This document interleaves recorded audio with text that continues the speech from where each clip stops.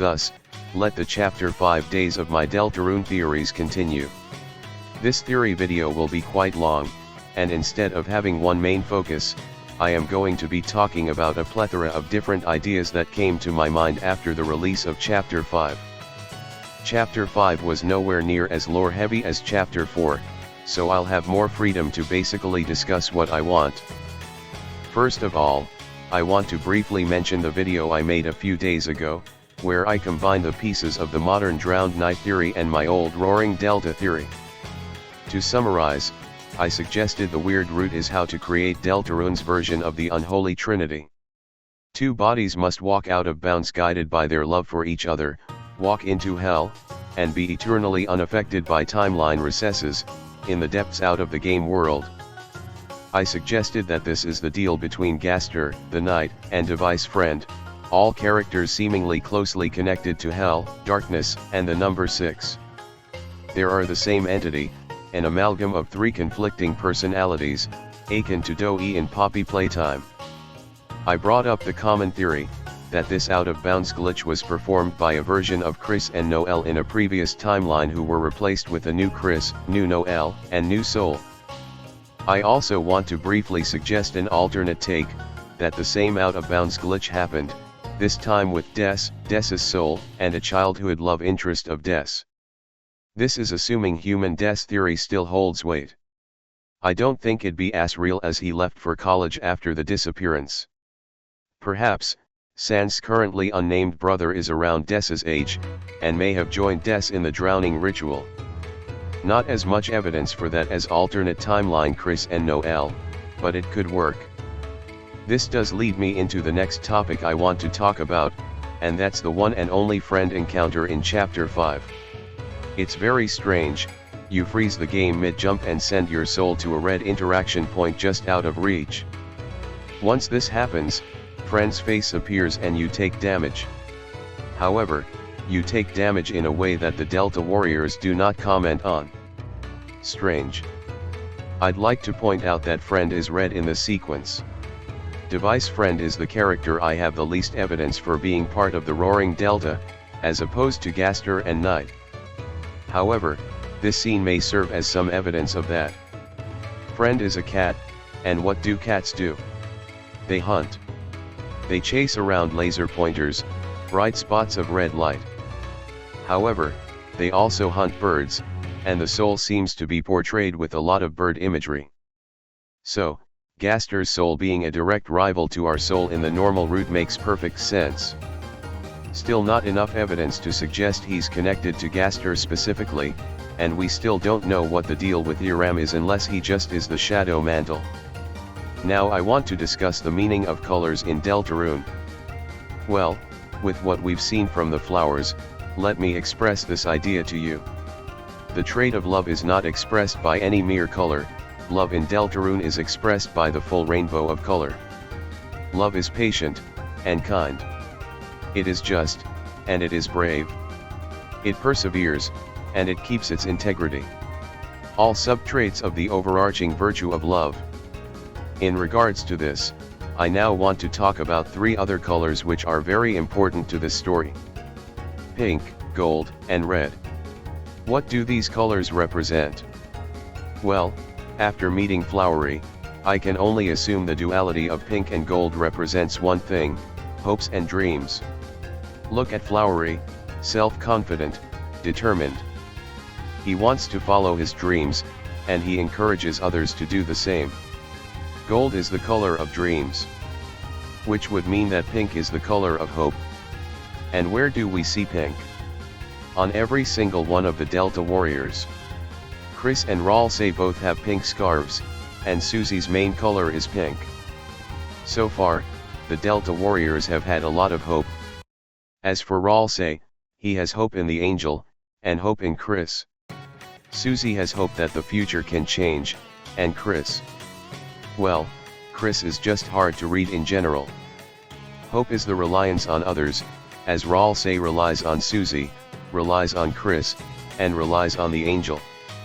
Susie trusts Chris's judgment during battles, even if she does do her own thing sometimes. Dreams is reliance on the self, self-confidence, which Flowery has to a fault. Flowery believed nothing was stronger than his own dream, and naively, tried to take on the knight himself. He thought he was strong enough to do it alone, and it led to him being cut in half. Throughout the chapter, the main conflict is between Ralsei and Flowery. It's easy to make memes about Ralsei hating the super nice and pretty flower boy, but to be honest, both of them were kind of being assholes this chapter. Flowery's cadence and passive-aggressive tone only served to strengthen Ralsei's jealousy, Flowery even going so far as to say he should rely on himself instead of his friends at one point. The much more nuanced, more balanced take is having both self-confidence and confidence in his friends. It also seems like Ralsei and Flowery don't have enough care for each other's worlds. Ralsei is only concerned with the real world, hoping that the roaring would not happen, hoping that the light world will remain safe from the eldritch darkness at the bottom of hometown. But in doing so, he is stubborn and abrasive towards Flowery. Flowery is focused too much on the dark world, on the fantasy. Ascari, you don't need your family. You don't need that dead-end job or that old family of yours, stay here with the boys. Flowery. It's also established that the dark world does need to close so Flowery can get some sunlight and not die. Neither Ralsei nor Flowery have a fully developed understanding of the situation, and so they go back and forth in this rivalry. So this is why Noelle's introduction to the story will be so important. She will be the one with determination, the ability to break the game.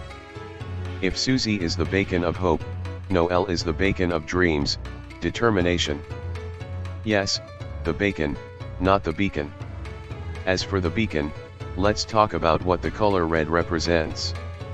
Well, I think the character of Aqua can actually give us a good visual on what red represents.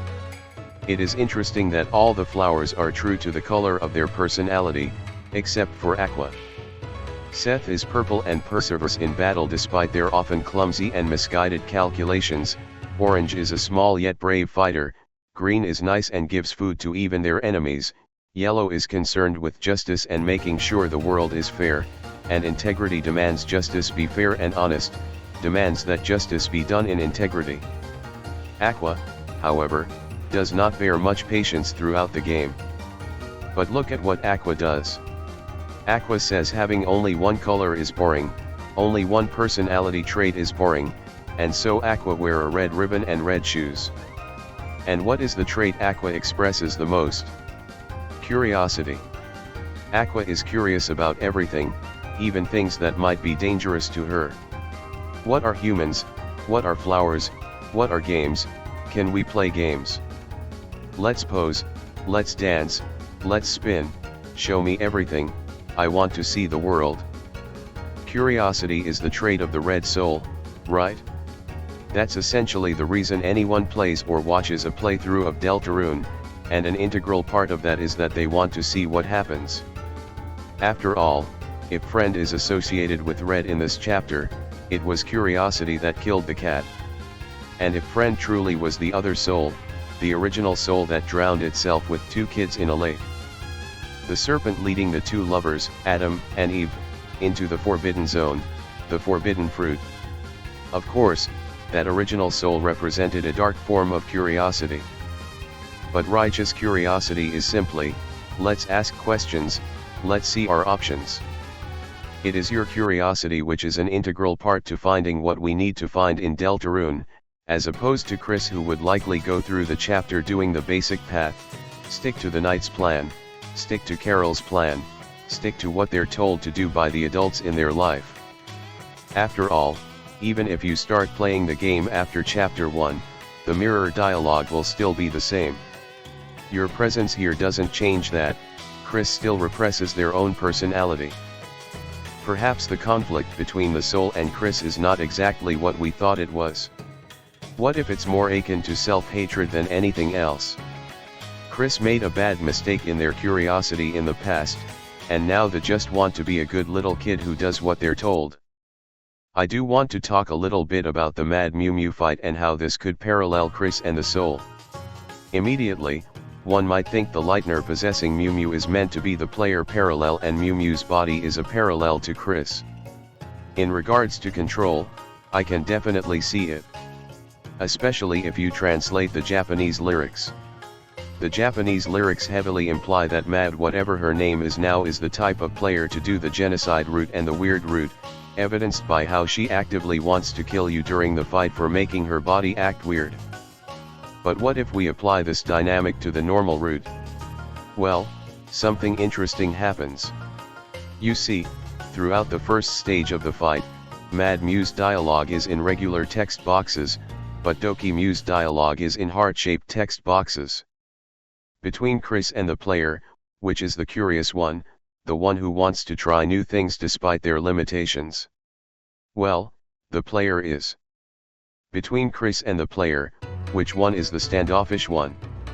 The one who acts tough, beats the other one around, relates heavily to the word tsundere, and even seems to have a jealousy during the festival for Susie and Noelle's interactions together. Chris. Chris is the jealous tsundere. So with the Mew Mew fight, I think we get the answer as to what we need to do in the Chris/Soul dynamic. The answer to this unbalance in self.